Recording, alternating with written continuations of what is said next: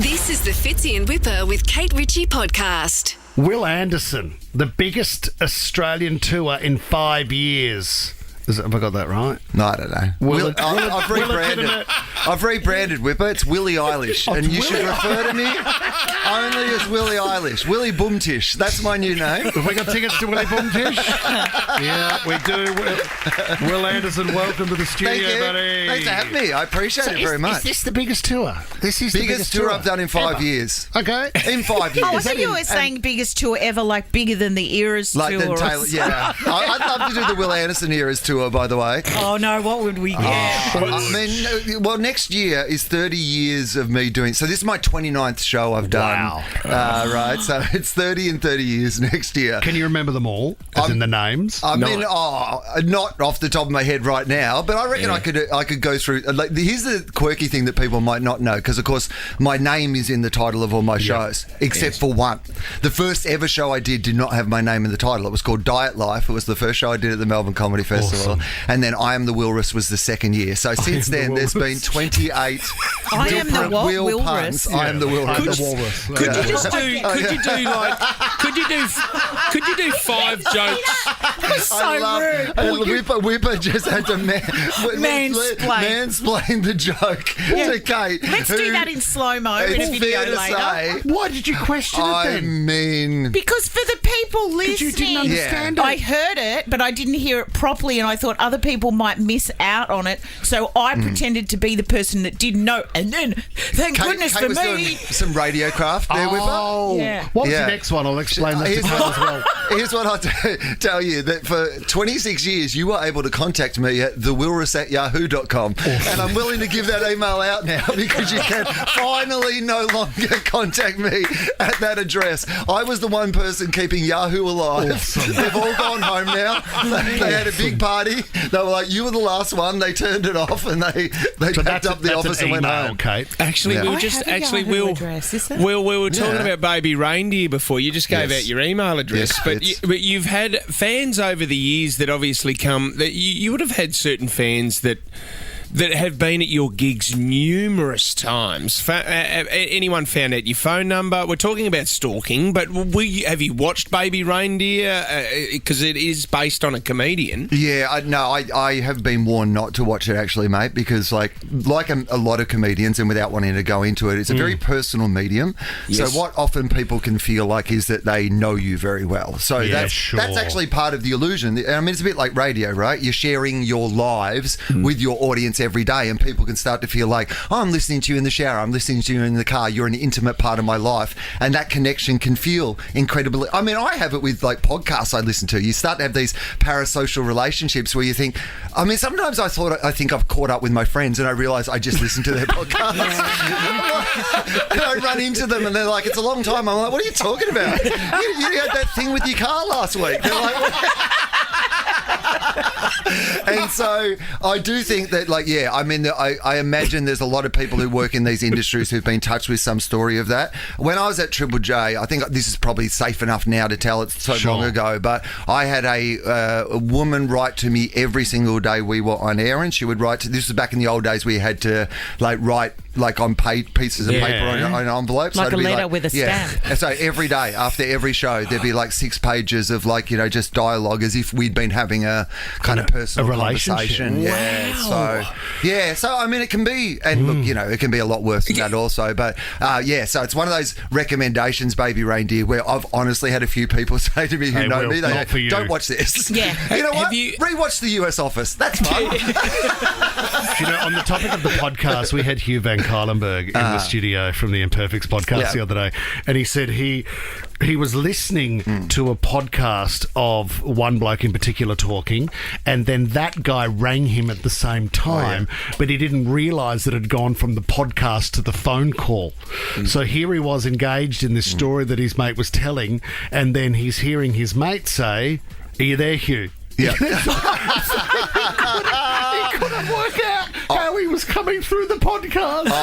How's this? I was doing there was a great podcast. It was like one of those true crime podcasts, and it was about a poor kid who went missing around Byron Bay. Yeah. That was that big story about that backpacker that mysteriously disappeared, and they're not sure exactly what happened. And so they made a podcast series about that, and I am listening to it in the dark on a long drive on the way to Byron Bay, right? Like, and I'm like, I probably should turn this off, but at the same time, you're like, I'm just keep listening to it, and then suddenly I hear my voice. Like on the podcast, in the podcast, because they were playing a clip from Gruen where we talked about how phones can be tracked, and they were using that as an example. And so I'm listening to this like horrible like murder podcast driving towards this place, and then I hear me through the speaker.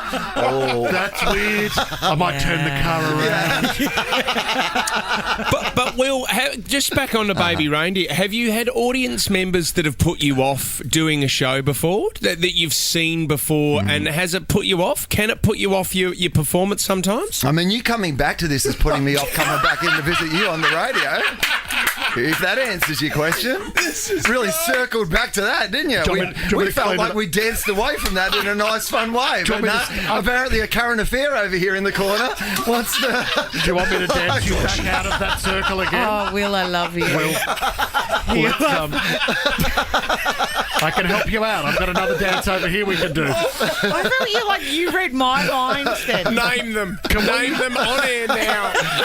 Can we turn Fitzy's mic off, please? Will, we want you to stick around. We've got a segment we do on this show, right, called Write My Reply, okay? Will, we got you back. Stay, don't go. Don't go, Will. We've got a segment called Write My Reply, okay? It's a text message to do with the start of a relationship, and the person needs to know what to craft and what to write back. Stick around, if you will. Have you watched Baby Reindeer? I just got a text from my mom. Yes, because I'm a textpert, an expert at texting. Write My Reply. So quite often at the start of a relationship, Will, where you're trying to work out and craft a message, a reply, so that your the right impact comes across the right way you want it to. Georgia... We need to decipher here, if you can help us out. Oh, okay, all right. Georgia's a real estate agent. On the weekend, she showed a bunch of people through an open home, including a guy named Andrew.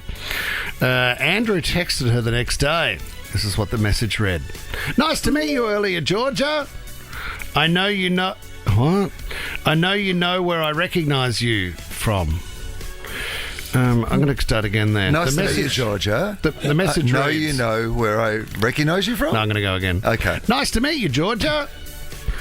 I know now where I know. Do you want me to read it? Nice to meet you earlier, Georgia. I now know where I recognise you from. You look like my next girlfriend. Oh. You've got an open home. Well, I've got an open calendar. That's good. How does Wednesday night sound? That's exactly what I was going to read. That's exactly how I It's would have okay read it. now and no. Sometimes so you get, similar, and imagine if they had the opposite to yes, the no, that no It's as just well. one letter. So it's a K confusing. added on one of them. Wow. What do you reply there? I mean, it depends on George's situation. If she's looking to meet a guy, that's quite... I mean, it does. That's absolutely what it depends on. Do we have any information? Because I reckon that's really going to guide where we go with this. Yeah. Because one reply is, this is inappropriate, I was at work.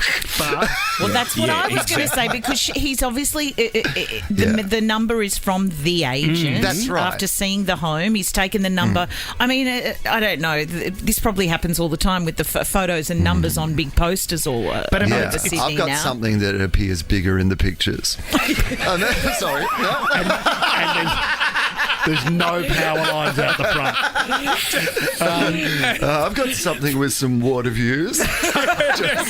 Well, Do you from think your past dating history, it looks like a deceased estate to me. that is... We'll have to take that to auction. You're looking for a fixer-upper? Please help me out. Do you like the line, Will? You look a lot like my next girlfriend. You look a lot my next. I mean, he's got a comedy angle. Yeah, He's but do gone, you think "Girls funny like-" does funny work, or does that Funny scream work. desperate? Funny works, Funny but is this funny? That's probably the... does this work? Does this qualify as funny? I This mean, feels cheesy to me. Do you think so? But he's backed it I hope up she's with... not lactose intolerant because there's a lot of cheese on this one. He's then gone for, you've got an open home. Well, I've got an open calendar. Yeah, well, he at least resisted. You've got some open legs, I suppose. So I guess we'll give him 1 point for not going immediately to that. I don't like the. Yeah. Right, no, you don't have to go with that. But I think in terms of actually moving forward, I like that he's backed up his line about having an open calendar and suggested Wednesday night. I'd probably just say, if they have said, how does Wednesday night sound? You could just answer, busy. I mean, It sounds it's busy. inconsiderate Wednesday night. She's a real estate agent. Yeah. Wednesdays and Saturdays are your big days for open houses. Are they? Yeah, okay. Wednesdays and Saturdays. Like, she's going to be so tired on a Wednesday night. This is just inconsiderate of him. Yeah. A man who has an open calendar. Yeah, he's got an He open could do calendar. it any night. Well, that's But right. he's chosen one of her hump day. Not only a hump day, but real estate hump Yeah, day. real estate day. She's Yeah. been like opening houses all day long, Yeah, right? yeah. What does While he they're do? fending off texts from creeps like him, and I when don't she gives know. out her number, all she wants to do is sell a house. Do you know what happens though, and especially here in Sydney that I've noticed, a lot of the real estate agent sort of bust shots that they post in the magazine or on the email or the flyer, they're professional modelling photos. Yeah, I know they are. And Like, they're they've on gone the out- side of buildings. They're not just flyers Oh, they've now. done hair and makeup. They've got outfits on. They've hired a Gucci dress to look like they're stepping out onto a catwalk when they're opening for a rental. Yeah, mate, absolutely. Real estate What are you agents are a talking different about? breed. Well, I just didn't realise how far it had gone for your appearance What? as a real estate agent was so crucial to showing me through a two-bedder for rent for $350 a week. I love that you pretend you've gone near a two-bedder for rent for $350 a week. When was the last time you stepped inside Hang a on. house Oh, whipper? that That is- was like $350 a week. That was- You'd like get to the door, open it up, and go, "Nah, this is not for me, thank you." Mate, I was lost. I Yeah, didn't know no, where I no, was. Just, It's like, is just this to where my show the cleaners live? kids. just This is where you came from, kids. Oh, I And thought- you could go back there if you're not good. Oh, I thought it was a coffee shop.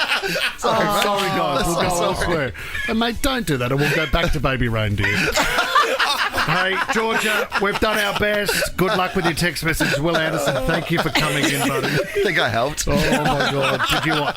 So, have we got a couple of tickets to give away to Will's show, Tom? Oh, my- Yeah, why Hit not? him up for No, them. that's all right. Ask me. That's Thanks, fine. buddy. You can. Thanks, Will. I mean, it's almost sold out. It's at the Enmore in Chatswood. But you know Yeah. what? For Nova, you're always so nice to me, Thank of course. you, mate. This is your biggest Australian tour in 5 years. Will Legitimate, available comedy.com.au. Will Anderson, thanks for coming in, buddy. Thank you. Have you seen Baby Reindeer? Fits in Whipper with Kate Ritchie is a Nova podcast. For more great shows like this, download the Nova Player via the App Store or Google Play. The Nova Player.